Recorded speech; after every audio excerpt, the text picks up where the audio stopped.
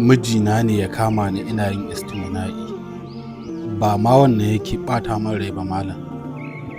Wannan abin ya sa mani dattin gaba, sannan ya sa mani warin gaba.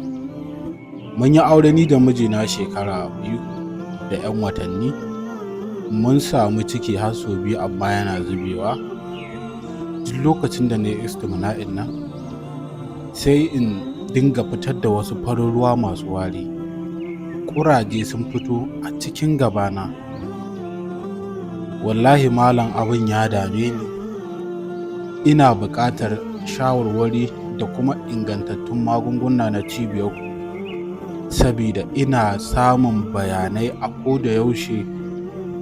In na duba status ɗinka ina ganin mutane na godiya dangane da ingantattu da nagartattun magungunan da kuke bada. Na gode, Allah saka muku da alkhairi. Allah ya sa ku fi haka. Wata ce ta yi istimina'i kuma sai ta kawo wannan result ɗin.